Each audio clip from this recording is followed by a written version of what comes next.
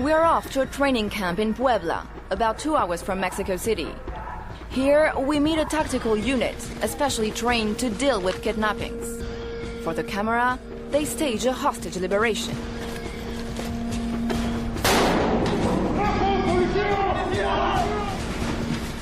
Heavily armed, they storm the building.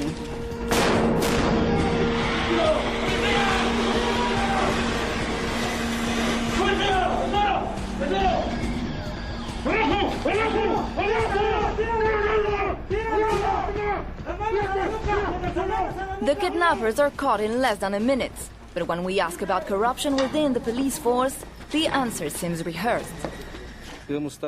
We have to be ready to intervene 24/7. We are ready. All this training, it's for the citizens and the institution. We work for them. In their everyday life, Mexicans don't often talk about abductions. It's almost a taboo. But they know it could happen to them at any moment. Small-time criminals often go for flash kidnappings that only last a few hours. It happened to Marta. She agreed to go back to where it all took place, a rural stretch of road just outside Mexico City. It was right around here. Her kidnappers waited for her after a bend. I went around the turn and was blocked by a car. And then there was a man, a skinny man, who pointed his revolver at me. Marta tried to escape. She was shot in the shoulder and taken into the woods. Sure, she was going to die. They told me to get out of the car, but I told them, no, I don't want to get out, because you're going to kill me. He said, no, we're not going to kill you, just get out. They stole her laptop and a handful of pesos. She had to wait 2 days before reporting the attack. Too late to find her aggressors. You should feel peaceful and calm in a place like this. But I'm afraid that they'll come back.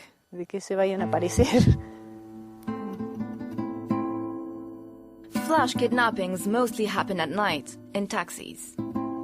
Francisco Javier has been a taxi driver for 18 years. The car over there, that's a pirate taxi. After only 10 minutes, we see the first suspect vehicle just in front of us. A white car with a fake license plate. 3 numbers, followed by 3 letters. So you're saying that taxis with false plates are potential kidnappers? Oh, yes. They do the kidnapping? Yes. Do they belong to a gang? Of course, because one person alone couldn't do it.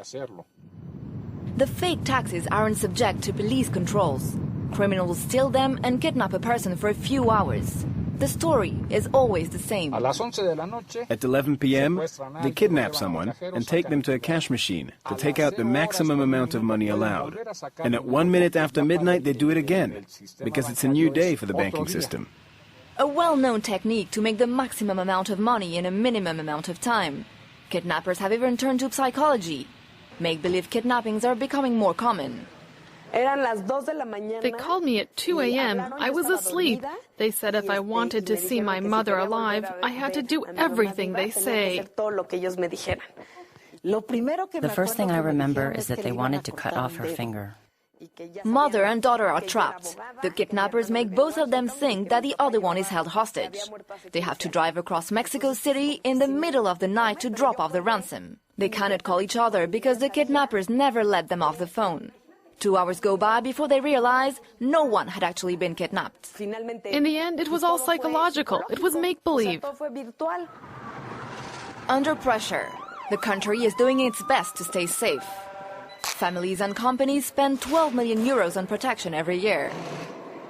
This Colombian company makes bulletproof vests, a business that is becoming more lucrative. In 1 year, sales rose 30%. Bulletproof jackets and vests all protect against small arms. It's what we call a level 3 protection. Here we have a 44mm caliber, a 38 special, a 9mm and a 22mm. This vest is the flagship of Ricardo's line. Bulletproof, made from leather and can be worn like any normal jacket. But this kind of protection has its price, 1,300 euros. Ricardo wants to show us that it's worth every penny.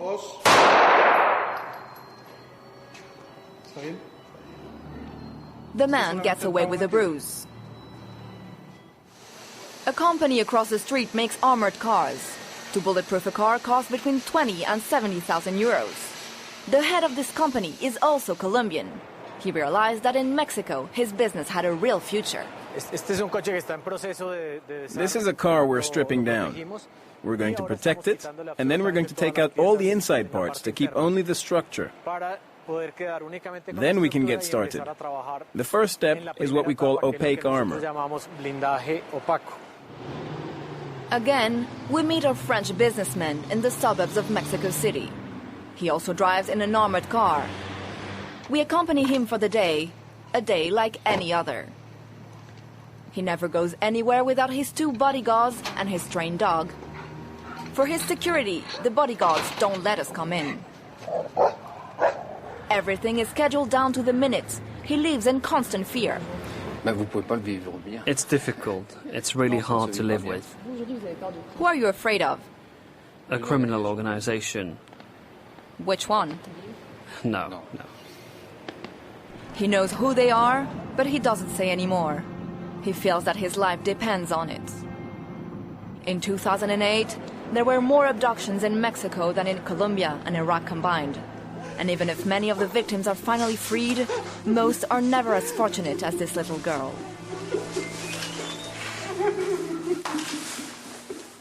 And I'm joined now in the studio by the journalist who made that report, Sarah Sisman. Sarah, thank you for coming along. Hi, Catherine. Watching your pictures, it seems that fear is an everyday feeling in Mexico, but is it actually getting worse? Well, yes, Catherine, it's actually getting worse because according to official figures, kidnapping increased by 1/3. Last year, there were about 1,000 kidnappings, according to official figures, which in reality is 3 to 4 times more. So, people can get kidnapped anywhere in the country for big or very small amount of money, as we saw in the report. So it's a real nightmare, and people were very scared to talk to us during the report because they feared that, they might be kidnapped too. They all have a friend or a cousin or a parent that has been kidnapped. So most of the time we had to cover their faces or change their names. The situation is also getting worse in Mexico because the drug cartels which are operating in the north of the country are hiring local gangs to do kidnappings, and they are very powerful. Since you filmed your report, one convicted kidnapper has sparked particular controversy in Mexico, and that's the Frenchwoman Florence Cassez, who is now starting a 60-year jail term in Mexico for her involvement in an abduction gang run by her boyfriend. But she's now appealing to French President Nicolas Sarkozy. Why is her case so sensitive? Well, her case is very sensitive in Mexico because she was found guilty by the Mexican justice and sentenced to 60 years of prison. So now, Mexican people don't understand why a judicial ruling should be called into question just because a French president came for an official visit in their country. They don't understand why this French convicts should be treated differently than other Mexican convicts. So I had the opportunity to speak with one of the victims, with Isabel Wallace, who appears in the report, whose son has been kidnapped and assassinated by a gang. And she told me that she wanted Florence Cassez to stay in Mexico and serve her sentence because she feared that if she was transferred to France, her sentence might be reduced. Sarah, US intelligence officials suggested this week that the crime and corruption in Mexico is so endemic now that Calderon's government is not completely in control of the country. Mexico rejects that, but what can be done to help? Well, for the moment, Felipe Calderon chose a military strategy to tackle the issue by sending 45,000 troops throughout the country. But this strategy is not enough in itself if it is not followed by a real strategy to fight against corruption within the political elites and within the police forces. Police has to be better trained, better selected, and until that is done, problem is not going to be resolved. Sarah Sisman, thank you very much indeed for joining us on this edition of Reporters. And that's it for this programme, but join us again next week when we'll be back with another report from our international correspondents, only on France 24.